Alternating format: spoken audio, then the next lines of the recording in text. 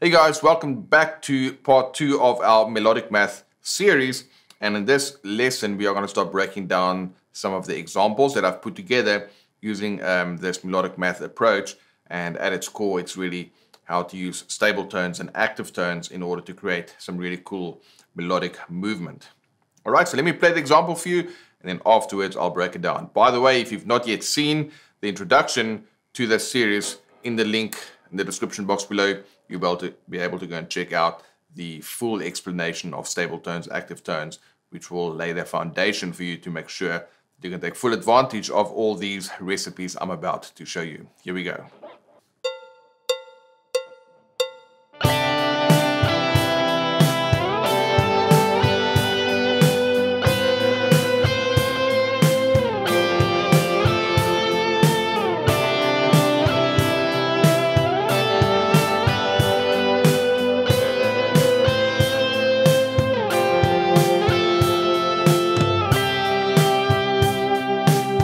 Alright guys, so that was the very first example, nice and basic. I decided to play it all on one string to kind of give you a sense of the space between the notes. Because sometimes when you play vertical shapes, you don't quite get a sense of the distance between the two notes, and you were able to actually see that visually on one string. So what did I do? Well, obviously my chord progression is C, G, A minor, F. You can see that in front of you right now. What are the stable tones for each of those chords? For C, it's C, E, G. And then for G, the stable tones are G, B, D. Then for A minor, the stable tones are A, C, E. And for F, the stable tones are F, A, C. Alright, those are also known as chord tones. Now we are using the C major scale for all four of these examples, for all four of the chords, and obviously all the other notes, as you can see on the screen right now, those will be my active tones. Alright, so whenever I play an active tone, I have to resolve it to a stable tone. So for C, the stable tone I wanted to end up on was E. So therefore I approached it from the active tone below, which is like the second degree to the third. So it's the second to the third. And then when we went to the G chord, I went from the A to the B, which really is again the second to the third.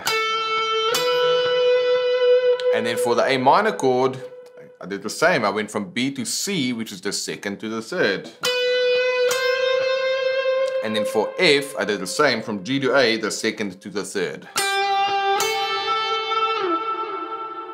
Alright, so it's as simple as that. Second degree, active tone going up to the stable tone of the third degree. And I kept it the same for all four chords.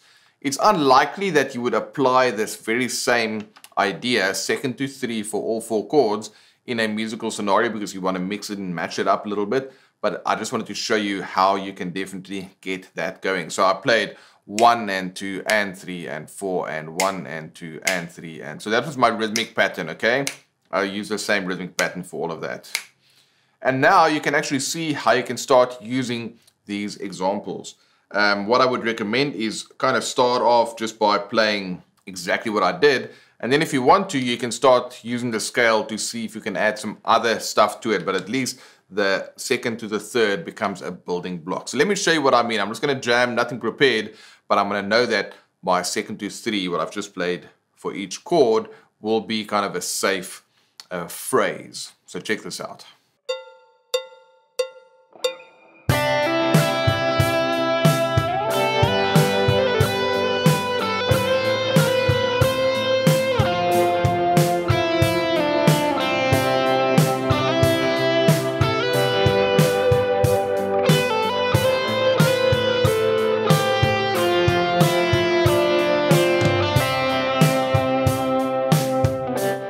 So all I did is I kind of knew where some of those notes were that we use in the example, and I just started adding some other stuff, playing on one string. Of course, you can do that across different strings as well, but hopefully that gives you a sense of all I decided is I'm going to play on 1 and 2 and 3 and 4 and each time I'm going to go from the second to the third degree, because I know across my progression, C, G, A minor, and F. I know what the stable tones are, and then I also know what the active tones are, and therefore I can go ahead and come up with some examples. All right, let's check out another example, and in this one I'm going to play the following.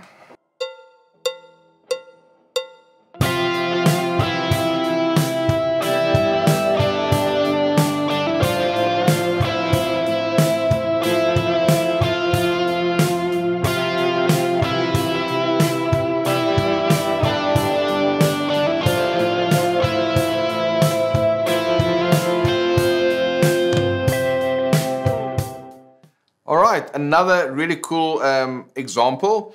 So basic, but it's melodic and it sounds like it makes sense with the chords. And that's a big mistake so many guitar players make, is what they play from a lead perspective ignores the harmony, or it doesn't kind of fit the harmony of the chords. When I say harmony, both the chord tones, but also the harmonic progression, in this case C, G, A minor, F. Okay, so what did I do here? Well, in this one, I played from E to F, actually F to E.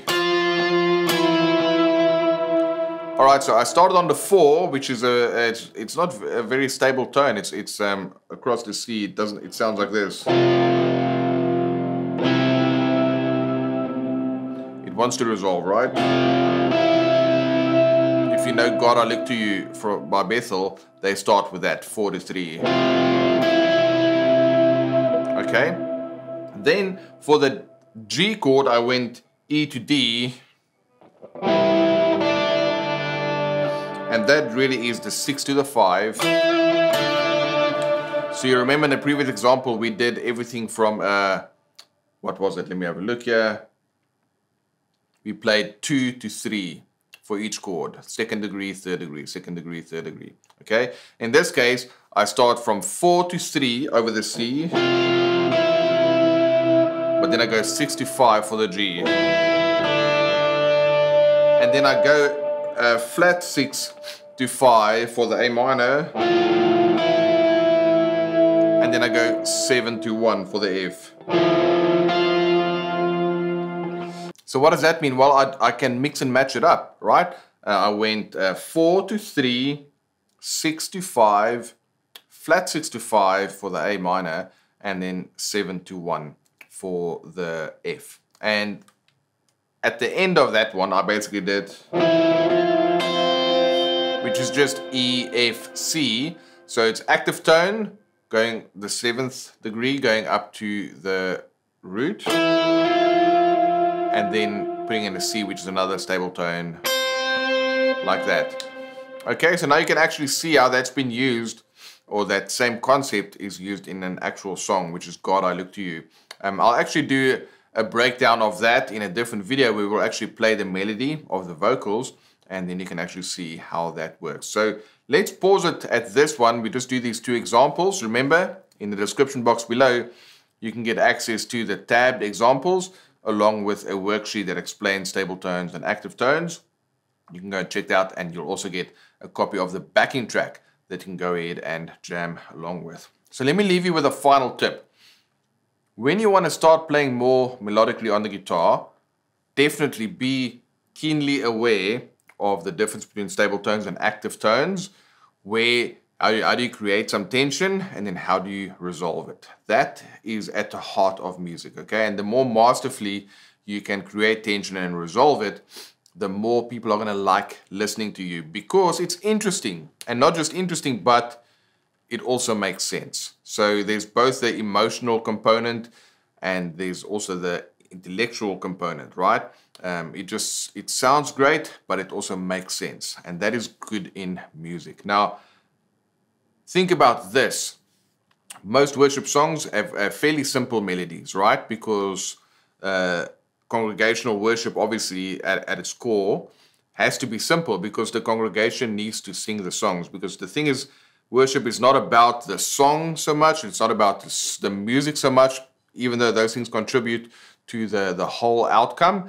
But the thing is about creating an experience that's conducive to people connecting with God and having a great time of praise and worship. So we don't want to detract by doing too crazy stuff. So if you go and look at like some serious jazz cats, they might be doing a bunch of like collective improvisation.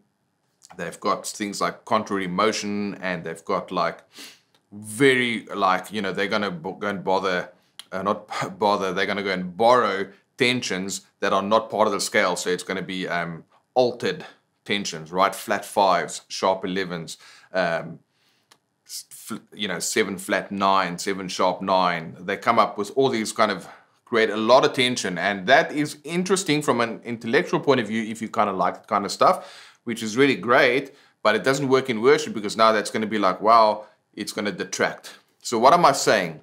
In order for the songs to be effective as congregational worship songs, all right, the melodies need to be kept simple, and they need to make sense with the chords and the harmony as being played, right? So go and learn melodies of your favorite songs and learn how to play that on the guitar. For 2 things, you are going to learn where you can land on notes and what you can do with those actual notes, like which notes will work with chords.